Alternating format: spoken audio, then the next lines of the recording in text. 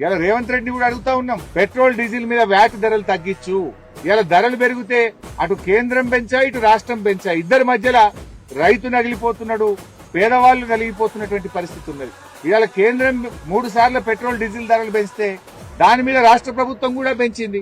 రాష్ట్ర ప్రభుత్వం పేదల మీద ఈ నెలలో పెట్రోల్ డీజిల్ మీద వేసిన భారం 2,000 కోట్ల రూపాయలు. ఇటు రాష్ట్రం 2,000 కోట్లు పెంచింది, అటు కేంద్రం 3,000 కోట్లు పెంచింది. ఇద్దరు కలిసి 5,000 కోట్ల భారం పెట్రోల్ డీజిల్ మీద, రైతుల మీద, మధ్యతరగతి ప్రజల మీద వేసినారు. నేను రేవంత్ రెడ్డిని అడుగుతున్నా, మీరు ధర్నాలు చేస్తున్న రోడ్లెక్కి బానే ఉంది, నువ్వు పెంచింది తగ్గియచ్చు కదా.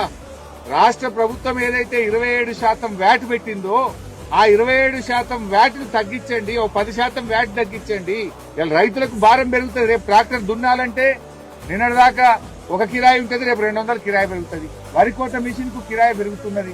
మరి రైతుకు ఇటు యూరియా ధర పెంచిండు, డిఏపి ధర పెంచిండు, పెట్రోల్ డీజిల్ ధర పెంచిండు, కానీ మద్దతు ధర మాత్రం పెంచుతలేరు.